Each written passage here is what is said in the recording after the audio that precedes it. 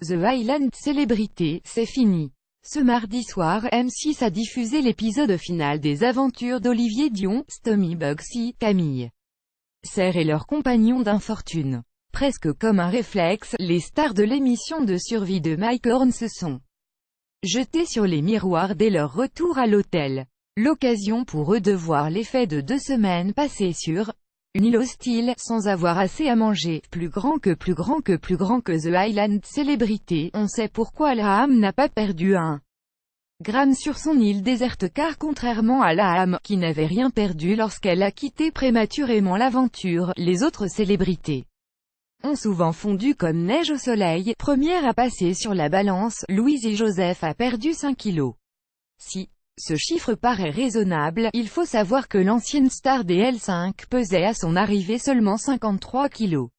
C'est donc avec une surprise non dissimulée que la chanteuse a découvert dans la glace son visage émacié. J'ai l'impression d'avoir des grands yeux. Chez Amaury Levaux, la transformation a été encore plus saisissante. Au départ de l'aventure, le champion de natation affichait 114 kilos sur la balance.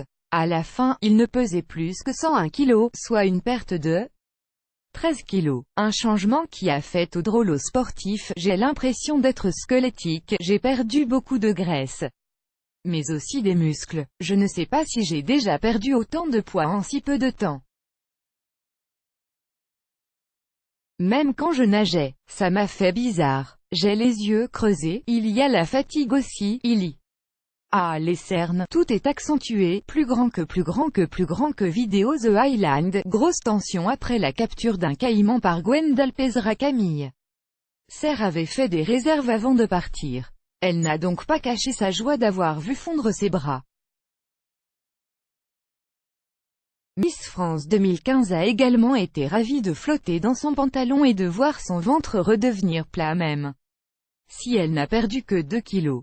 C'est plus qu'Emily Gomis, qui ne faisait qu'1 kilo de moins après l'aventure.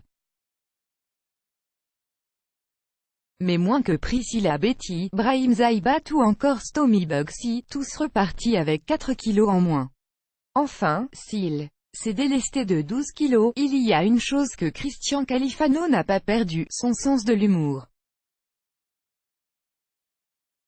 En se découvrant dans le miroir, le rugbyman s'est exclamé « Ouah, c'est *N. On dirait Matt Damon. » The Island ce soir, c'était aussi Stomy Bugsy a voulu faire plaisir aux filles, il est parti seul et s'est perdu dans la jungle. Au bout de 2h30, il était au bord de la déshydratation.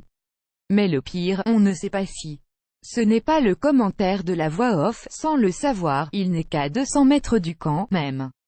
À la fin, Amaury Levaux n'a pas baissé sa vigilance. Il t'a été quoi CA? Et Brahim de répondre, une fourmi. Olivier Dion a chanté I Will Always Love You de Whitney Houston à côté de Camille Serre. C'est beau comme une chanson de Daniel Balavoine. En mieux, Mike Horn a dessiné la carte de l'île de mémoire, au doigt, dans le sable. Alors que nous, juste quand on dessine la France, ça donne un nuage. Emily Gomis a résumé la situation.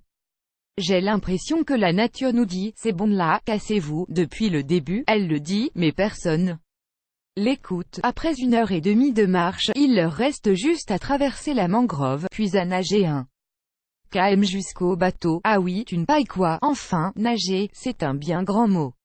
Arrivés dans l'eau, les pseudo-aventuriers se sont aperçus qu'ils avaient pied.